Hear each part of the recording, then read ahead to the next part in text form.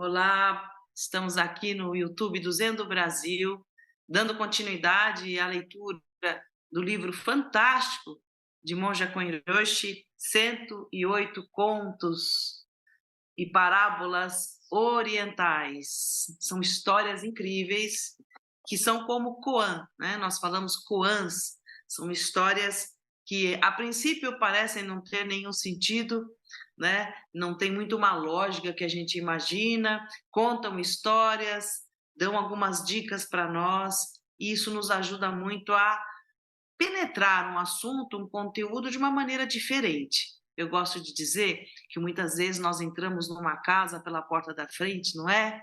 Tudo muito previsível, às vezes encontramos uma sala, né? Às vezes apenas uma sala e cozinha, ou encontramos que ambiente quando a gente entra nessa casa, né? E essas histórias, elas entram em nós pelos fundos, pela cozinha, pela chaminé, quem tem chaminé, né?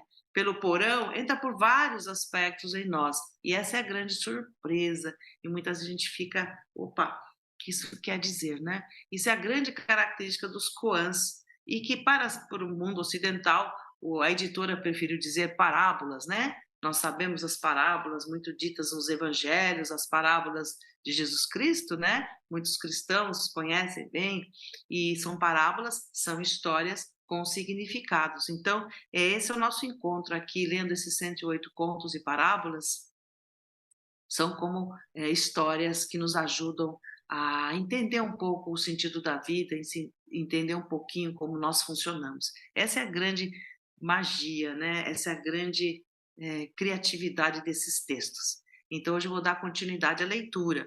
Hoje nós vamos ler o capítulo 8, Kantaka e a Teia de Aranha. Então, eu vou começar aqui. Eu sou a monja Reishin, sou da comunidade Zen Budista do Zen do Brasil, e estou com essa alegria, com essa possibilidade de ler junto com vocês este livro. Se vocês quiserem adquirir, tem na lojinha do zendobrasil.org.br. É muito legal ter esse livro na cabeceira da sua cama. São textos curtinhos.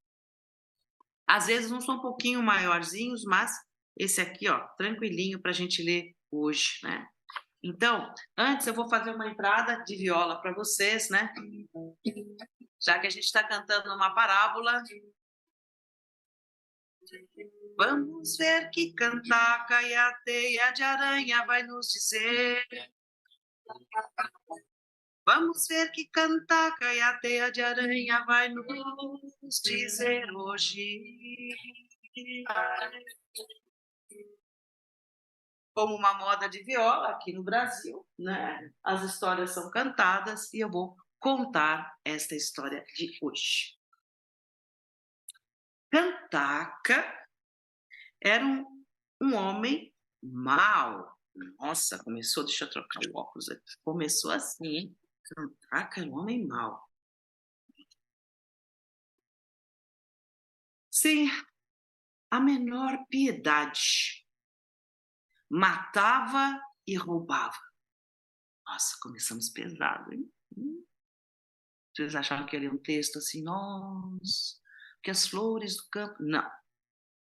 Os koans, eles são muito claros nas emoções, nas realidades humanas. Então, vamos lá. Que realidades são essas, né? E os koans descortinam. Vamos lá. Então, Kantaka era um homem mau, sem a menor piedade. Matava e roubava. Não perdoava nem mesmo filhotes recém-nascidos. Tal a sua maldade. Que tristeza, hein?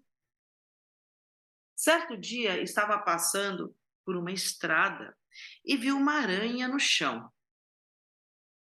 Pela primeira vez na vida, ele se desviou da aranha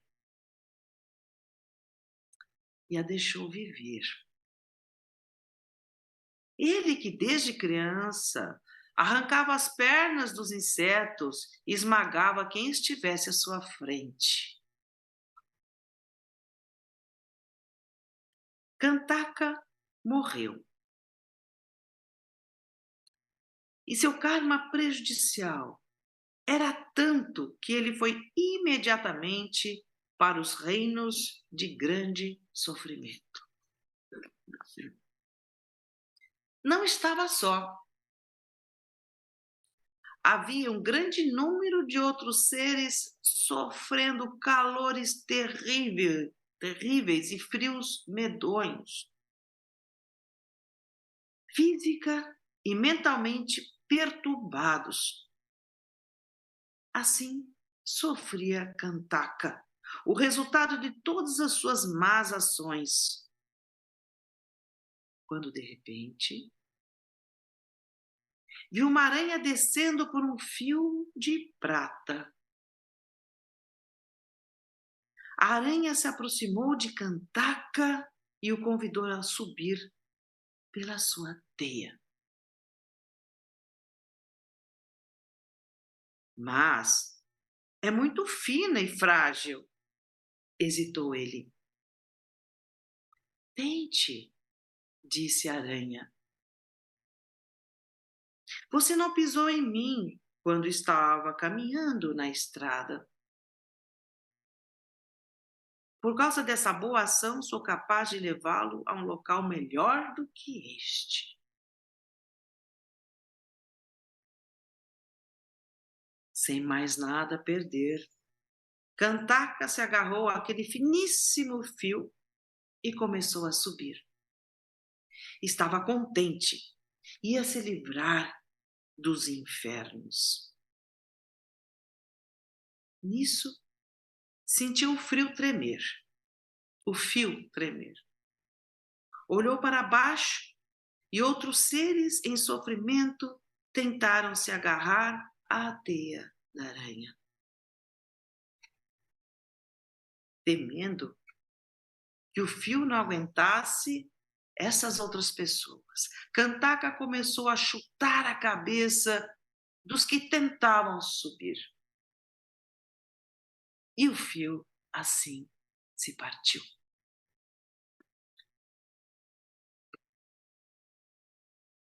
Há dois aspectos importantes a considerar nessa história budista antiga. Aqui nós vamos com os comentários de Monge Koiroshi, né? A primeira é sobre a lei da causalidade, também chamada da lei do karma. Isso parece comum em muitas tradições espirituais, com nomes e analogias diferentes. Para toda ação repetitiva, haverá sempre uma reação. Como marcas de rugas na face. Se sorrimos sempre de certa maneira, ou franzimos o senho para forçar o olhar, como eu faço aqui agora, né, tentando ler, né? Nossa pele vai criando sulcos. Quanto mais repetirmos as contrações musculares, mais fundos se tornam os sulcos, e a tendência é que se repita e se aprofundem mais e mais. Se quisermos interromper o processo, teremos de fazer um grande esforço para modificar a utilização dos músculos da face. Esse é um exemplo simples para esclarecer os princípios da lei do karma. Karma em si quer dizer ação. Vou repetir. Karma em si quer dizer ação. Pode ser benéfico, maléfico ou neutro. Pode ser individual, pode ser coletivo. Pode ser fixo e não fixo. Há muitas possibilidades e também muitos enganos sobre o que é o karma. Alguns os consideram como um destino fixo e determinado. O karma como um destino fixo e determinado. Isso é um grande engano. Mas nem sempre é assim. Podemos modificar nosso karma individual mudando a nós mesmos, a nós mesmas. Podemos modificar o karma coletivo mudando a nós mesmos e influenciando outras pessoas por meio de nosso comportamento, exemplo e ensinamentos. Eu vou repetir essa frase só mais um pouquinho, tá bom? Podemos modificar nosso karma individual mudando a nós mesmos Podemos modificar o karma coletivo, mudando a nós mesmos e influenciando outras pessoas por meio de nosso comportamento, exemplo e ensinamento. Percebam isso. Vamos dizer, as rugas que nós vamos criando para nós mesmos e as rugas que criamos onde estamos, onde convivemos, né? Esses hábitos repetitivos que nós geramos, tanto benéficos quanto não benéficos. Podemos produzir karma benéfico e não receber seus efeitos por muito, muito tempo, mas inevitavelmente chegarão. Podemos produzir karma maléfico e também demorar a receber seus efeitos, mas eles virão. Eu vou repetir também. Podemos produzir karma benéfico e não receber seus efeitos por muito tempo, mas inevitavelmente virão. Podemos produzir karma maléfico e também demorar a receber seus efeitos, mas eles virão. Karma do passado, do presente e do futuro não estão separados. O que fazemos pode alterar o passado e o futuro. O que fazemos pode alterar o passado e o futuro. Então, essa questão do karma, né? Das marcas que a gente deixa nas nossas formas de agir, pensar, atuar no mundo, com a gente mesmo, né? Como nós fazemos com o nosso campo da nossa existência, retratado em nossas emoções, em nossa face, em nosso jeito de ser, e como nós nos relacionamos com tudo que fazemos, né? A repercussão disso em tudo que nós fazemos. Com as pessoas ao nosso redor, com o ambiente, com a natureza, os efeitos disso retornam. E esses efeitos e tanto causas vêm vindo, tanto no passado como repercute no futuro. Por isso o que eu faço aqui, como uma pedra que se joga no oceano ou no lago, as ondas elas vêm e vão, repercute. Né? O segundo aspecto é sobre a força. Esse outro aspecto que Monja Coelho fala aqui. O poder do arrependimento. Quer dizer, por mais que você cometa tudo isso, você que está prejudicando, existe esse outro aspecto importante, o poder do arrependimento. Arrepender-se significa transformar-se, metanoia. Não é apenas pedir desculpas ou receber o perdão de alguém. É mais do que isso. Esses são os elementos-chave para abrir a porta do karma. Então não é só pedir desculpas, mas reconhecer onde você errou e se equivocou. Né? Que pressuposto você teve, que ideia equivocada você teve. Geralmente, cria situações fixas, né? Carregadas de julgamentos. Isso leva a sofrimento seu e dos outros. Reconhecendo isso, você pode alterar essa lógica, esse mecanismo do karma. Você pode modificar, é a metanoia dos efeitos e resultados. E você modifica também a causa que motivou essa ação. Quando nos arrependemos verdadeiramente, entramos em grande pureza. Mas como é difícil. Sempre que produzimos karma prejudicial, queremos culpar alguém, alguma situação externa, que pode ir desde a família, amigos, relacionamentos mais próximos, até os estranhos distantes, como os governantes deste ou de outros países. Podemos culpar Buda. Alguns monoteístas culpam até mesmo Deus. Entretanto, assumir a nossa responsabilidade pelas nossas atitudes, pelos nossos erros e falhas, é o único caminho. A gente assumir a responsabilidade. esse texto talvez fale mais adiante, né, que nós temos 3 venenos na nossa mente, né? A ganância, a raiva e a ignorância. A ganância, não é só por dinheiro, por isso, mas a ganância de querer exacerbadamente alguma coisa, inclusive a iluminação, inclusive ser perfeito, inclusive, não. Isso nos leva a muitos erros. A ganância é algo muito exacerbado, muito exagerado, que nos cega. A raiva todos nós conhecemos, que nos domina e a gente reage, agride, ataca. A raiva é um instinto, muitas vezes, de nossa sobrevivência, que nos torna muito agressivos, mas a raiva, a gente tem que fazer gestão dela, perceber por que eu estou com raiva, né? Então, a raiva é um veneno da mente que muitas vezes nos intoxica e faz a gente fazer coisa que não devemos, né? Machucamos pessoas e a nós mesmos. E a ignorância é o terceiro veneno. A ignorância, por quê? É o maior veneno, porque não permite a gente enxergar a realidade se manifestando, o que está acontecendo. Os ensinamentos de Buda nos ajudam muito a desenvolvermos sabedoria. Então, aqui, assumir a nossa responsabilidade pelos nossos erros e falhas é o único caminho, mas é muito difícil, porque nós não enxergamos a realidade se manifestando na sua grande riqueza, nas suas grandes possibilidades na lei da causalidade. Seguimos aqui. No budismo, as causas de nosso karma prejudicial são a ganância, a raiva e a ignorância.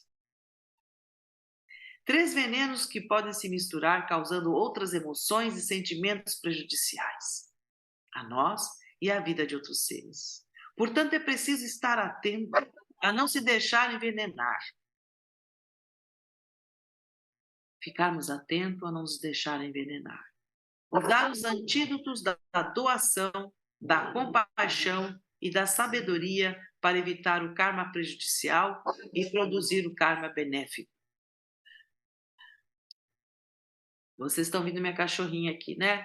Ela está reagindo a sons. Ela não sabe por que os outros cães aqui do lado estão latindo, né? Mas ela já está reagindo. Quando não sabemos o que acontece, assim somos, reagimos.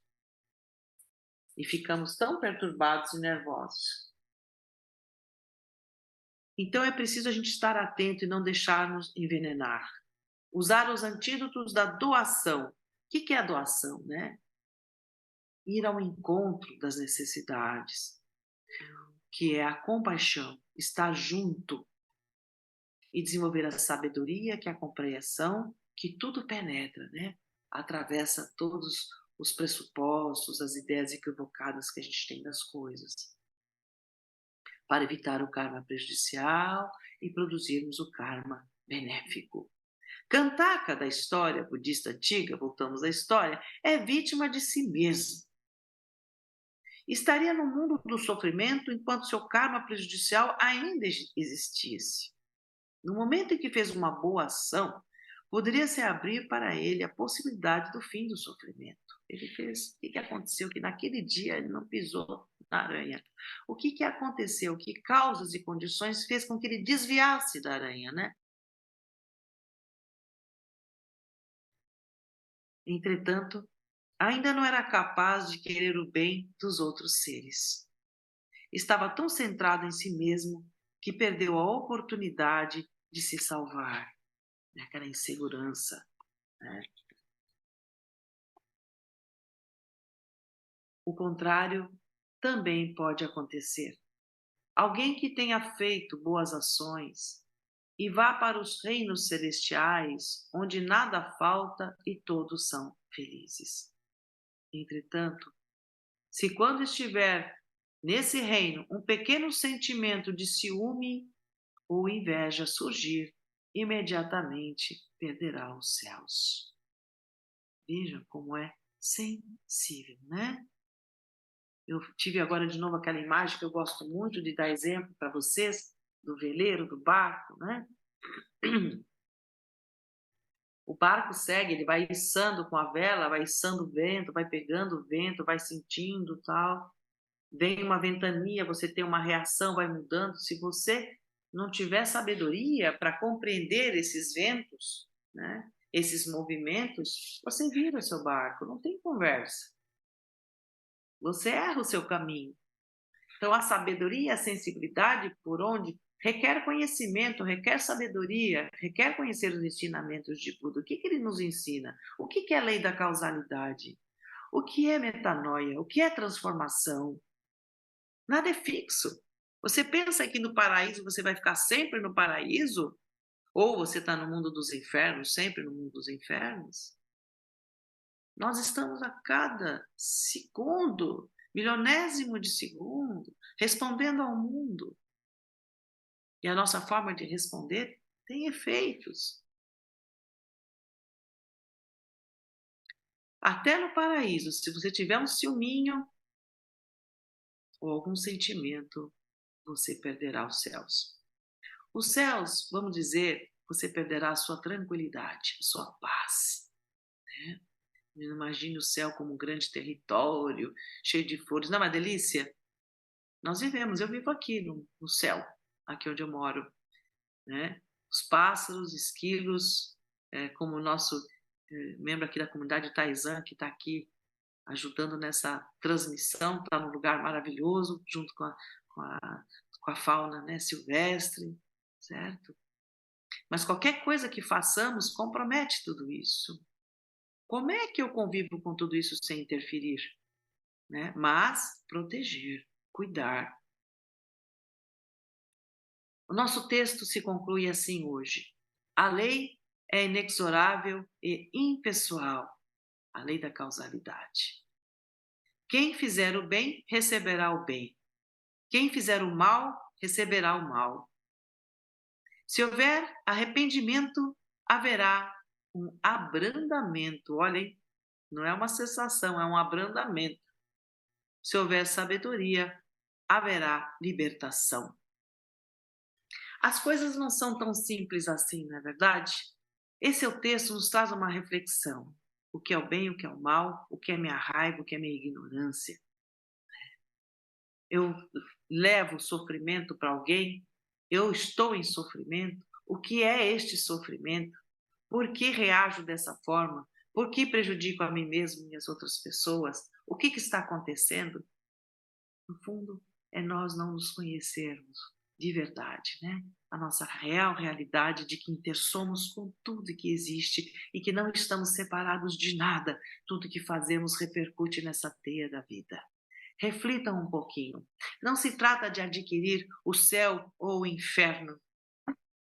Se trata a percebermos o que faço. Promove tranquilidade, harmonia, contentamento ou tristeza.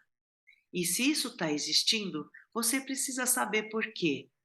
E não se condenar, se colocar no colo e perceber por que estou agindo assim. Que modos repetitivos são esses que eu criei? Para manter minha sobrevivência, porque no fundo é isso. É medo de morrer, de adoecer e de envelhecer. Tudo flui e tudo é incessante, sem começo e sem fim. Então, se você quiser novamente ouvir essa história, leia o livro, veja esse vídeo novamente. Esse assunto ele é infindável. Cuide-se bem, cuide-se de você com generosidade, contentamento e compreensão. Essas são as mensagens que Monja Hiroshi traz nesse livro 108 Contos e Parábolas Orientais e que eu pude aqui compartilhar com vocês. Fiquem bem. Até o nosso próximo.